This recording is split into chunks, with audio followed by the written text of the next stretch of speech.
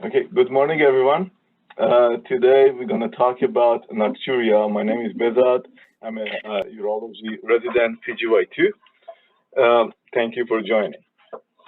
So let's start with definition of Nocturia. What is actually Nocturia? So if we go back in time, the first time that we had a very standard definition for Nocturia was by International Continence Society in 2002, that they described and defined nocturia as waking up at night one time or more and to void. But practically speaking, and for research purposes and for management of the patients, most of the time, waking up one time a night to go to void is considered a normal behavior. And the definition of nocturia is clinically or in research is waking up more than 2 times or more to go to void. And that waking up period has to be preceded and followed by a sleep, or at least an attempt to sleep. So that essentially means that the nocturia, the voiding has to happen within 2 sleep periods to be considered for definition of nocturia. One thing to understand is that none of these definitions for nocturia, even the definitions that we have right now in 2021, none of them consider a quality of care or degree of bother in definition of nocturia. And that's very important when it comes to treatment of patients and addressing the nocturia for patients. That degree of bother is very useful to guide us whether to treat or not to treat, and whether a treatment is effective or no. And we will talk about that in a minute. So nocturia is a very prevalent symptom. It's up to 60% of the age population, more than 70, can have nocturia. That essentially means more than 40 million people in the United States. The people that are diagnosed with nocturia actually are about 26% of the population. So of those 40 million, only 10 million are diagnosed. And then if we go to the treatment, of those 10 million, only 1.5 million of patients are actually treated for nocturia. And that essentially means that nocturia is an underlooked symptom, an undertreated condition in among the patient populations. And these are the data that we have from the United States. It is similar in other countries and in other regions, and it's even more undertreated in other regions of the world. So there was a really good review and article that talked about the nocturia, the pathophysiology, that was written by Kono et al. It was published in European Urology. We're going to talk about it in a little bit. What I want to show here is what they did. They looked at all the citations that were talking about nocturia. Of 11,000 citations, they went to about 1,400 citations, and they looked at the article that talked about the definition of nocturia, epidemiology, pathophysiology, the treatments, and intervention, and also the review articles that talk about the nocturia. So this is a nice graph from that study. If you look at here in graph A and graph B, graph A is for men, graph B is for women. We are talking about the incidence of nocturia by each age group, and you can see, let me see if I can get my pointer. And you can see that these are the age groups, and these are different definitions for nocturia. We talked that some studies talk about only per ICS definition, talking about 1 time or more of voiding per night, and then sometimes other studies change the cutoff to 2 and then to 3. It's very logical that the more restricted criteria, meaning that as we improve the number of voids to be considered for nocturia, the incidence goes lower. But what is important here is to understand is the incidence of nocturia is age dependent in both gender. And there's actually no gender discrepancy in the incidence of the nocturia. And as you go as both men and women age, the incidence goes higher and higher. And maybe in the young population, the incidence is a little higher in female, but when we look at the aging population, the incidence is essentially the same, and there is no difference between the incidence of nocturia between male and female.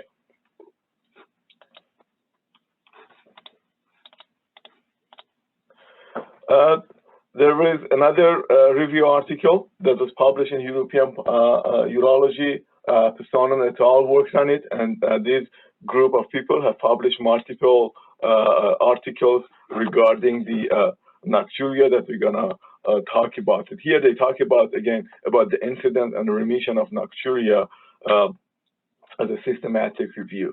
Again, here, if we look at this forest plot, which is, again, about the incidence of nocturia per 1,000 population, you can see that they have aged, we have 3 subgroups here that we talk about different age groups of young people, middle age, and then maybe older population. You can see that the studies are mixed. Some of them only work on the male, some of them female, some of them have both gender in them. And then the definition of nocturia is also different among these studies that they are looking at. But essentially what you can see is, again, as we go down, meaning that as the population ages, you see that there is an increase in the incidence of nocturia. And if we look at the overall incidence of nocturia is about 50 per 1,000 population, or 5% incidence of nocturia. And this is the incidence.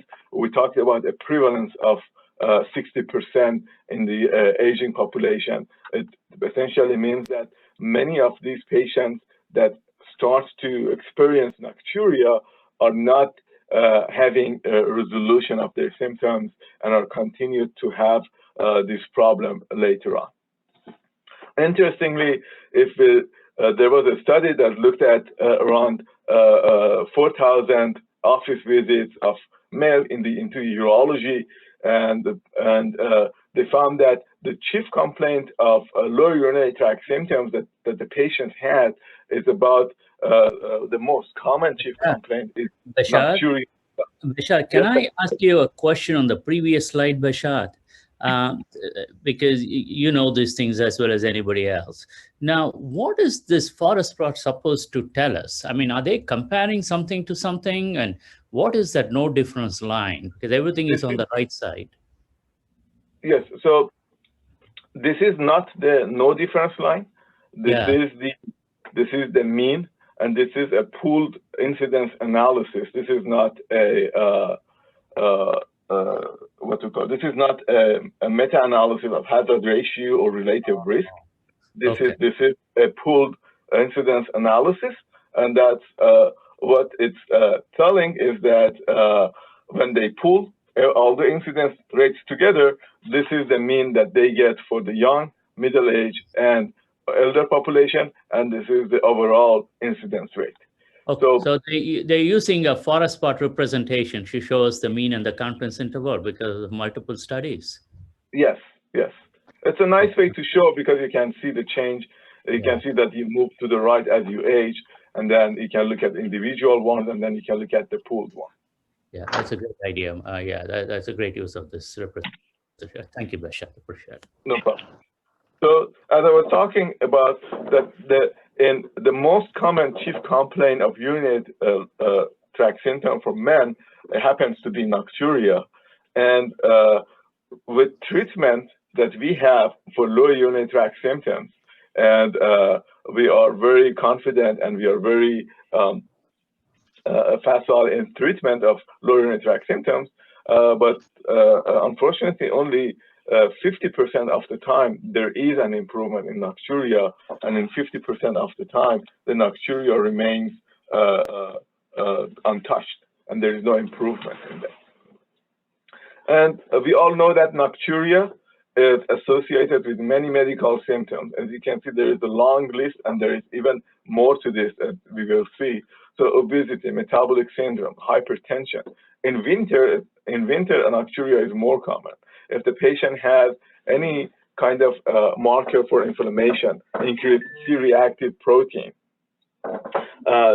that's associated with nocturia. Patients with lower education, smoking, alcohol, low testosterone, and even low vitamin D are associated with nocturia. What it tells us is the nocturia is not a disease, it's a symptom manifestation, and many of these associations are also associated with aging population. So it's a symptom that can present with many other conditions that we have to have in mind when we are trying to address nocturia and treat patients for nocturia. And it has a real impact on patients.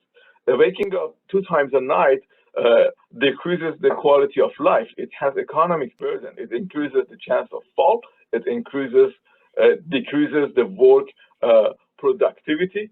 It has intangible losses. It puts distress. It changes behavior of the patient. And if we put it all together, if we look at it, the cost of nocturia only in the United States is about $60 billion a year. So it's very costly symptom, not a disease. It's a symptom that can lead to many other factors that can impact the productivity and put a cost and burden on the economy. So there was a very nice study by Miller et al. That they published. They looked at the work productivity and activity impairment and chronic diseases and nocturia itself, and compared nocturia as a symptom to other chronic disease processes. So what they did a literature search. They essentially looked for the literature that talk about the work and productivity impairment scale, and they use a standard tool that I don't want to go through the details, but essentially they looked at the literature. They came up with 83 studies that talk about the burden of the disease in different chronic disease processes. And interestingly enough, this is just a graph that shows the range of work impairment. This is a percent of work impairment, and these are different disease processes. So the most common symptom that causes work impairment is pain. That is not very surprising. What is surprising is nocturia. Nocturia is the mean work impairment is more than asthma or allergies or GERD or even overactive bladder. So it is real that nocturia puts impact on the patient's lifestyle and on the society as a whole, puts a lot of burden on the society. If we look at the rank in the work impairment, they found 2 studies that looked at nocturia. One of them is ranked 43rd out of 113 studies and symptoms. The other one is in the rank of 60. What is more important is in the activity of the patient. So the activity, one of the studies is ranked 37, and the other one is ranked 50 out of 113 studies. So it is considerable in putting the stress and the impact on the patient, not only the psychological impact and the quality of life, but also at the same time, it affects the activity, the productivity, and their financial status as well. Another study, as we talked about, that nocturia is associated with many other disease processes. They looked at the nocturia and the risk of all-cause mortality in adult population. It's a very good letter to the editor that was published in International Journal of Cardiology. If we look at here, they found these, I think, 8 studies or 9 studies that had nocturia, and they reported the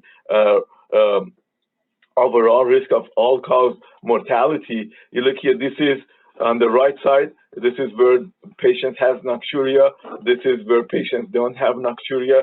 And if you look at the pooled analysis, which is a very, very interesting finding, and it's a very strong finding to talk about, that patients that have nocturia, the nocturia is associated with about 23% increased risk of death from all-cause mortality, and it has a good confidence interval to that.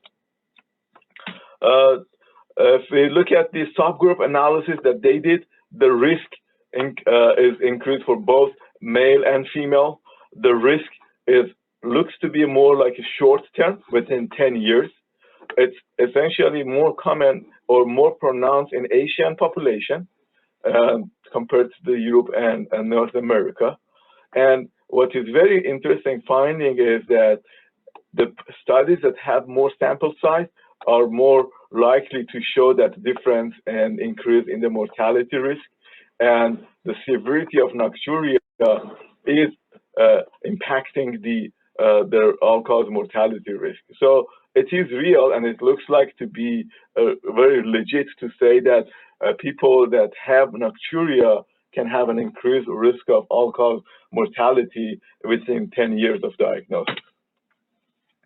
And we said that nocturia increases the risk of fall and fractures, and this is not very unrealistic to think about that. When people get up during the night and they are sleepy and everything is dark and they try to go and reach the bathroom, there is more chance that they can fall.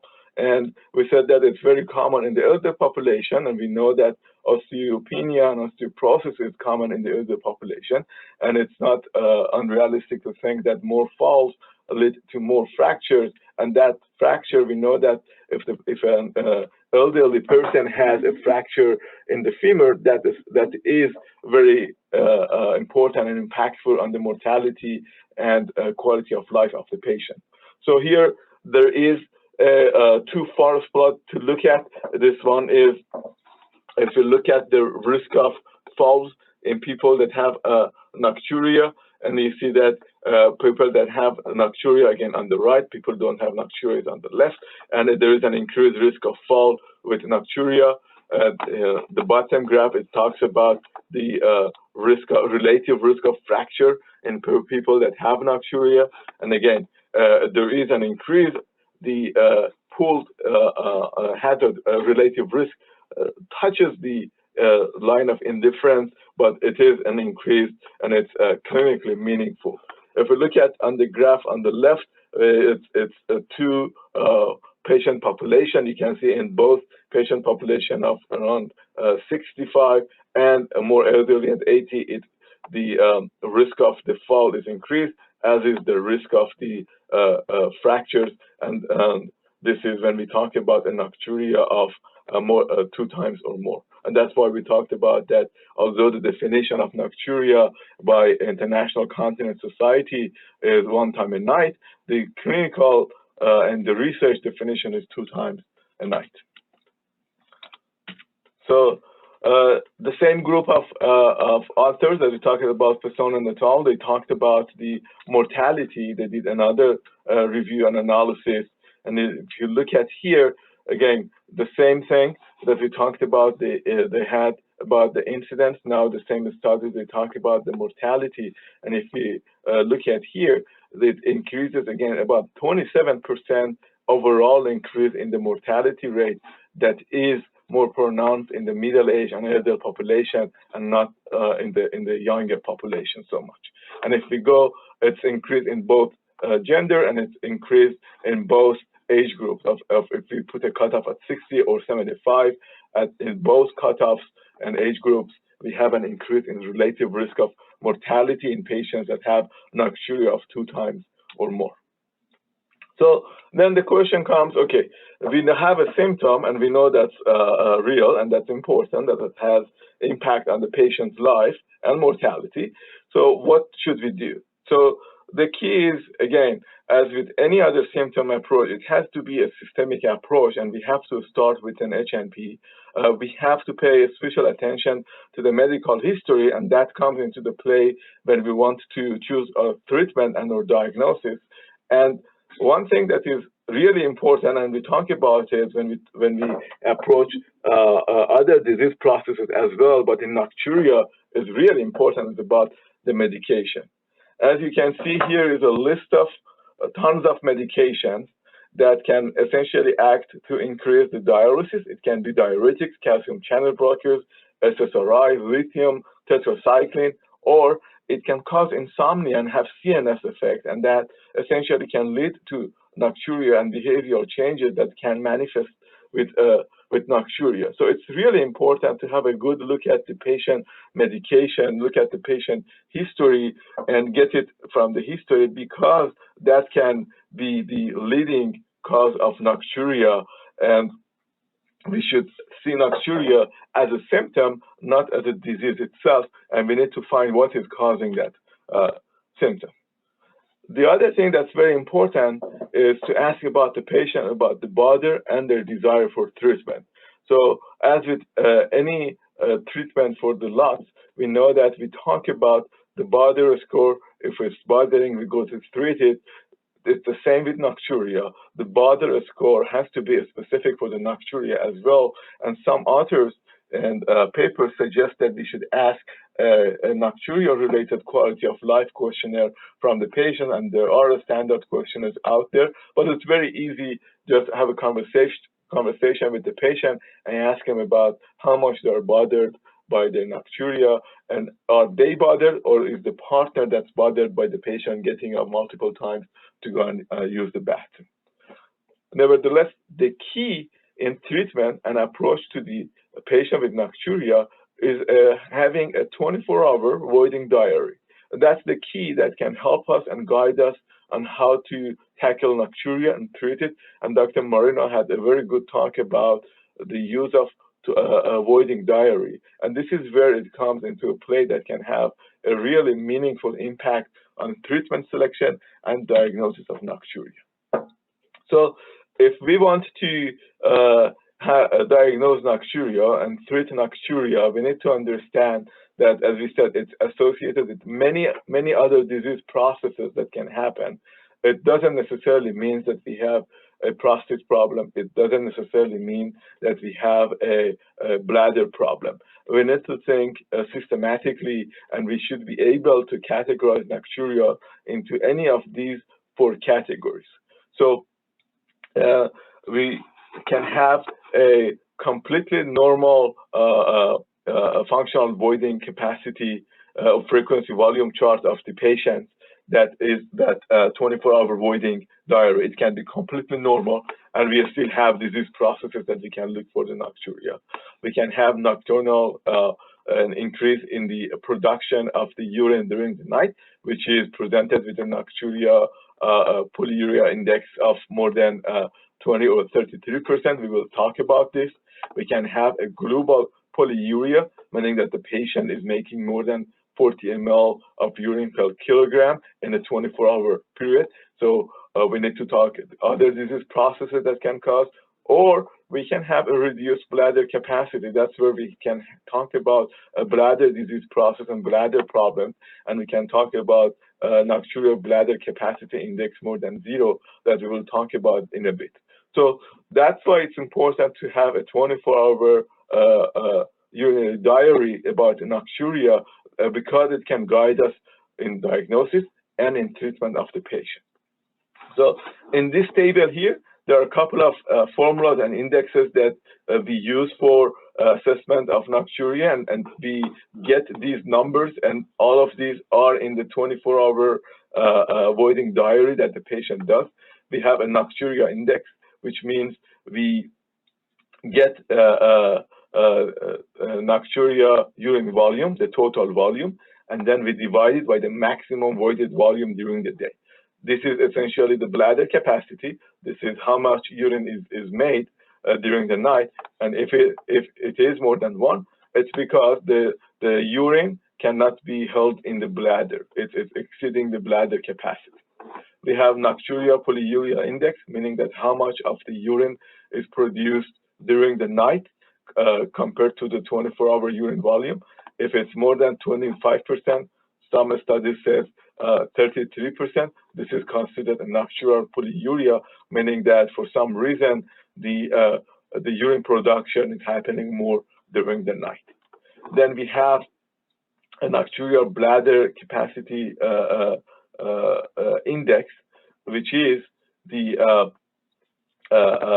actual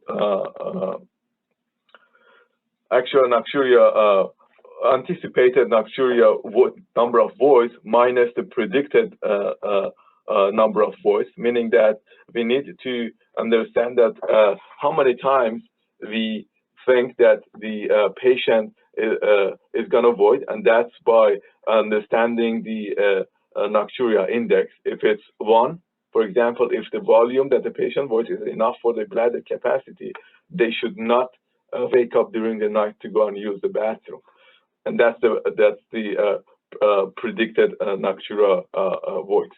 And then we have the actual one, how many times they actually go to void.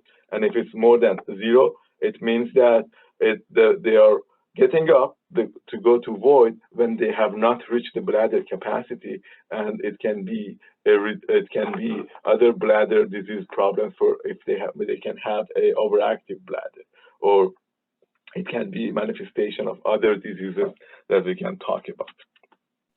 So for patients that have a normal 24-hour diary, we can think about other disease processes. And in these disease processes, the sleep disorders themselves are a major category, and it's very important to consider them. Sleep apnea, insomnia itself, and parasomnia, meaning, for example, sleepwalking, restless leg syndrome. These are all associated with nocturia, even though there is nothing wrong with the 24-hour voiding diary. Depression, anxiety, these psychiatric conditions can lead to and can present and manifest with nocturia. Patients that are dealing with chronic pain disorders, they can have nocturia as a manifestation. Drug abuse, alcohol abuse, and medications can all present with and manifest with nocturia, even though the voiding diary is absolutely normal on the frequency void chart. If we talk about patients that are making, they have polyuria and they are making more than 40 ml of urine per kilogram, we need to talk about systemic diseases that can lead to polyuria. We can talk about diabetes, both diabetes mellitus, diabetes insipidus.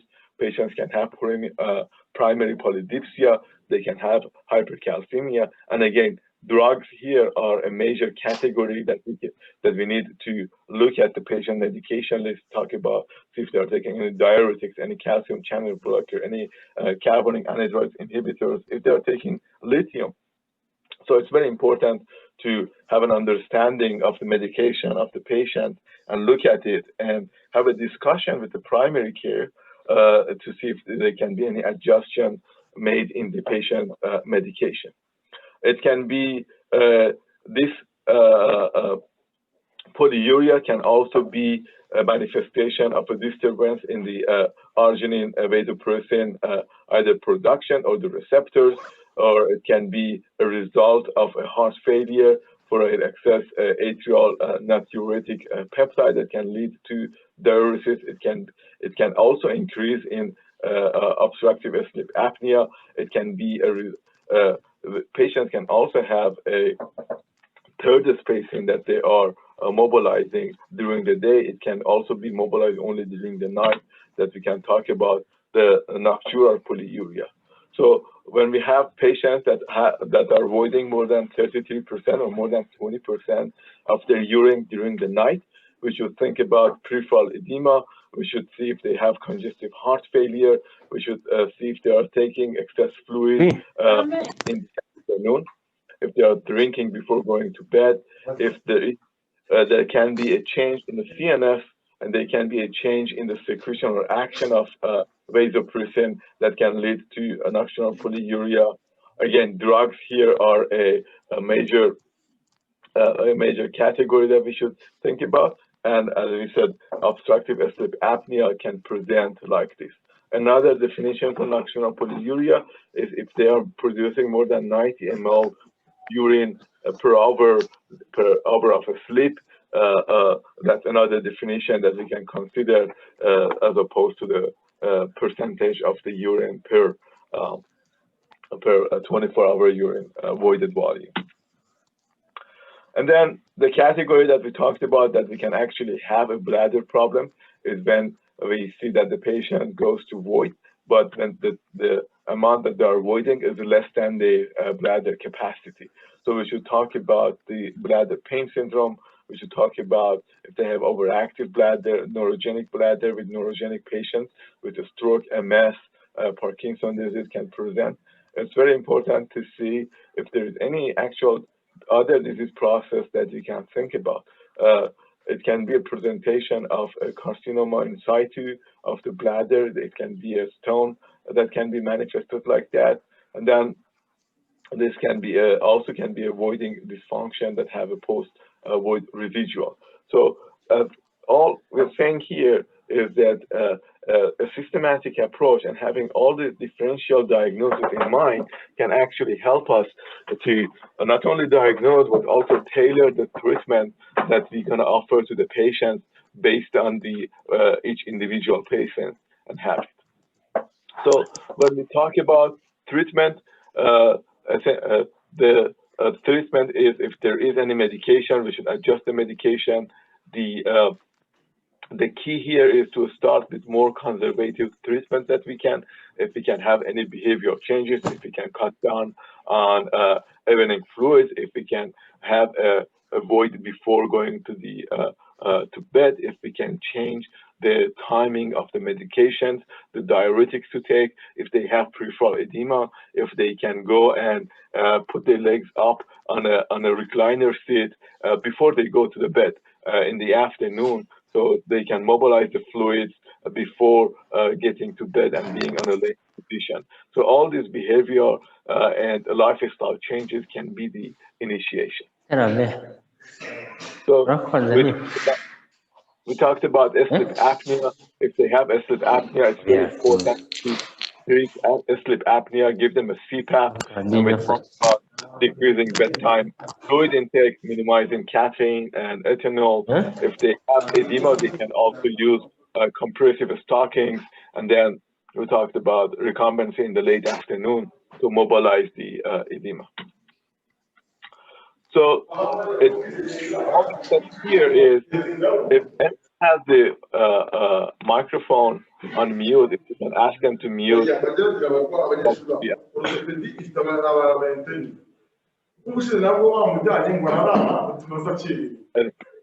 So all we talk here is that the Nocturia does not equal obstruction or BPH. Dr. Balaji, do you know which microphone? You take a picture. Yeah, let me check. Sammy, are you there? If any of the listeners are not speaking, would it be possible to mute your mic, please? Thank you, appreciate it. I'm sorry about that, Basha. Thank you. Okay. So all we have said here so far is Nocturia is not bladder outlet obstruction or BPH, and that essentially translates that the medications that we have for a bladder outlet obstruction and BPH are not effective in treatment of Nocturia, and that's what we said about more than 50% of the time when the patient come with low urinary tract symptoms and Nocturia, more than 50% of the time the Nocturia is not resolved with medications and treatment strategies that we have for BPH. So alpha blockers, aromatase inhibitors, antimuscarinics, NSAIDs, melatonin, these have essentially no effect or very marginal effect in Nocturia. Mirabegron is controversial. There are studies that show some impact. There are studies that show no impact. And it's very important to understand this concept. And Sakalis published a paper in 2017 in European Urology looking at different treatment, medication, and strategies that are done. These are randomized control trials looking at alpha blockers, tamsulosin, NSAIDs, comparing an antimuscarinic and having mirabegron. Essentially, none of them have a clinically meaningful impact on nocturia. Some of them have a statistically a meaningful impact, but it's not very clinically meaningful when we talk about treatment of the patients. Then they looked at the study that looked at number of nocturnal voiding that they against placebo. Again, there is no clinically meaningful impact when we talk about the alpha blockers or phosphodiesterase inhibitors or antimuscarinic. None of them have a clinically impactful impact on the number of voids, and the list continues with different medications, even melatonin. They have even used furosemide at different time points to look about. But again, none of these medications have an actual impact on nocturia, and which can be translated into the practice for treatment of the patient. On the other hand, there is this drug that we know is desmopressin, AVP, that we know that's the hormone in the body that can increase the absorption of the water. Net water absorption can increase in the distal tubule, and we know that it is effective, and we know that it works, but we are all afraid about the side effect, which is the hyponatremia. So about 3 years ago, there is a new version of desmopressin, which is called Noctiva, that has a short antidiuretic effect. It acts about 4 to 6 hours, which is perfect for the nocturia, because the most important time of a sleep to have a restful day next day and have a good quality of a sleep is the first 4 hours. So if you can give the patient 4 to 5 hours of uninterrupted sleep, we can change their body, we can change their lifestyle, and we can tackle nocturia. It has a good bioavailability compared to the traditional form of the desmopressin, and that essentially means we can have a low dose of medications to start with. So they did a really good randomized controlled trial. They looked at 3 months follow-up. They compared 2 dosage of Noctivia with placebo. Around a total of 1,000 patients were involved. If you look at the Noctivia with comparing to the placebo, they improved they decreased the urine production during the night, and you can see it's a dose related reduction. With the higher dose, they had about 300 ml reduction in urine production during the night, and with the 0.83 microgram, they had about 240 milliliters of reduction. Then they looked at the time of the sleep, how much time we can give patients to sleep, and you can see that we can increase the uninterrupted time of a sleep by about 1.5 hours. The baseline was 2.5 hours, and that we can reach the 4 hour even with the low dose Noctivia, and it can go a little further to the with the higher dose of medication. And this is we're going to talk about hyponatremia, because that's all we are afraid of when we give desmopressin to the patient. And we see that this is the placebo. With low dose Noctivia, essentially there is no severe hyponatremia, which is less than 125. And that's very important to understand. The day patient can get into a night hyponatremia of less than 130 to like 125 in about 2.2% of the patients, but none of them get into the dangerous zone of less than 125. If they're on the low dose, it can happen in 1.5% in the high dose population. And if you look at the, if we stratify this data by age, there is no dangerous nocturia in younger population, even with the high dose Noctivia. but that changes in the elderly population. Again, in the elderly population with the higher dose Nocturia, we can have about 2% to 3% of dangerous hyponatremia. What essentially it means that it doesn't mean that we should not give patients desmopressin to treat nocturia. It means that we should monitor their sodium, and there is a protocol for sodium monitoring, and that's very, very important. That we, as a urologist, that we think this Nocturia can help patients to treat nocturia, we should be in contact and we should be in coordination with the primary care provider so they can go and they can follow the electrolyte of the patient. It's usually we have a baseline, then within 7 days and within a month, and then every other month, or depending on the other disease processes and medication that the patient is dealing with, we can check the sodium level. And as we know, because it's we have seen dangerous hyponatremia in elderly population, it's logical to go and have a more frequent check on sodium level in the elderly population. There are specific contraindications for Nocturia.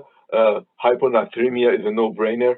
If they are polydipsia, it can also lead to hyponatremia. If they have primary noctural enuresis, we should go and tackle other diseases before talk about the desmopressin. And if they are taking other medication that can lead, and if they are pregnant, and if they have heart failure, which is decompensated, if they have uncontrolled hypertension, these are a list of contraindications that we should have in mind before prescribing Nocturia. So there was, again, we will go back to the Sakalis paper that looked at the medication and treatments that are done for Nocturia. Yes. Behzad, can I ask you another question with regard to the hyponatremia? Was there any correlation between pre-treatment value to the incidence of hyponatremia? No, it's unrelated. But we get the baseline to see if we have a big change, but it wasn't related. Okay, thank you.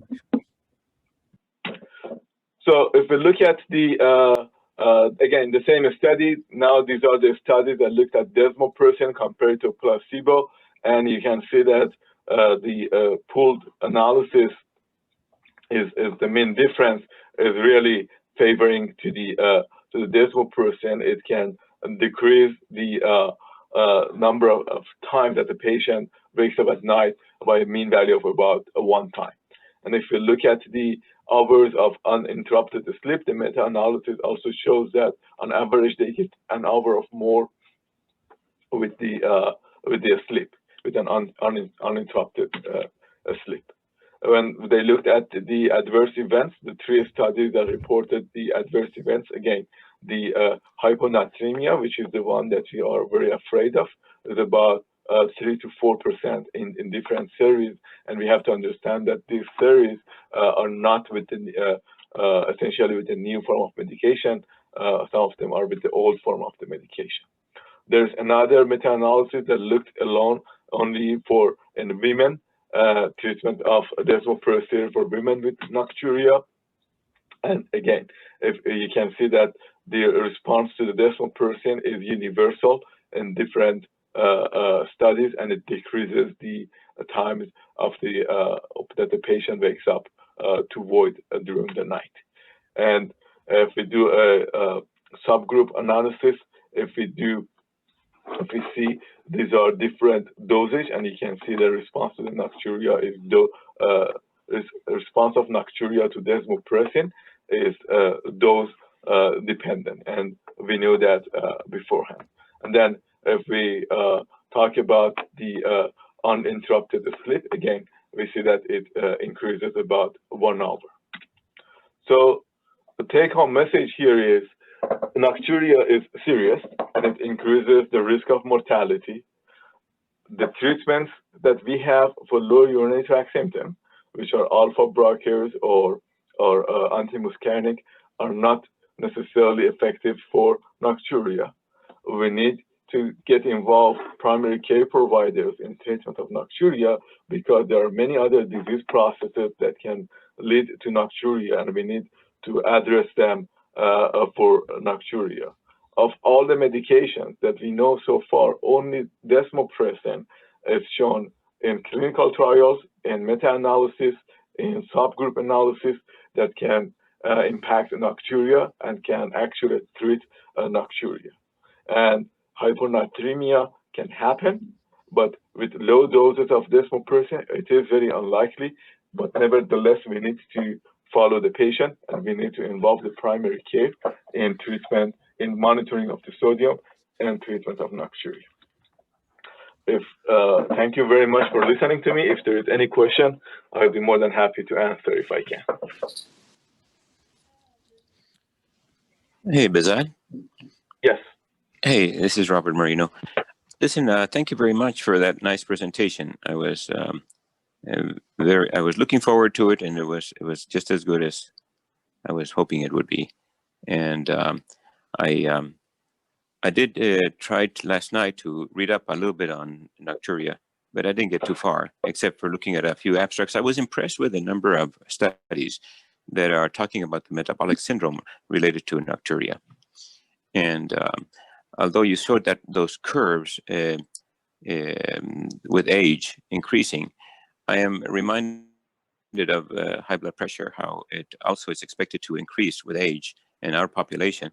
And yet there are studies in populations like in tribes that are isolated from our industrialized agriculture and food, where they don't have this increased affliction with age in terms of high blood pressure, except that they're the cousin tribes that are nearby and have been accepted outside the world, industrialized agriculture and food production.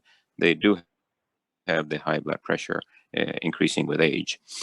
So I think eventually we will be measuring almost so many other diseases against the metabolic syndrome and trying to see when that is a major factor that is affecting it. I was just curious if you had a chance to look at some of those studies or not during your study or preparation for this talk. Yes, there are a lot of studies that talk about metabolic syndrome. That's the constellation of obesity, hypertension, diabetes, and we know that all of them can manifest with as nocturia. I do not have any pathophysiology or cause and effect for metabolic syndrome to cause nocturia, but you're right. There is a very strong association between metabolic syndrome and nocturia, and we know that obese people and diabetic people have and hypertensive people have higher incidence and prevalence of nocturia. Thank you.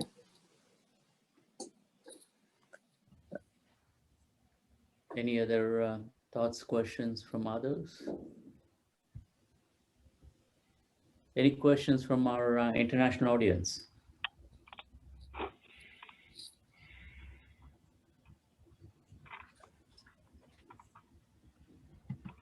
Okay. If there are no other questions, Behzad, as always, thank you for making a very high quality presentation. I mean, nocturia is such an important topic, and to have in-depth understanding, this is great. Okay. There are no other questions? Thank you. Okay. Thanks, everybody. Have a wonderful day.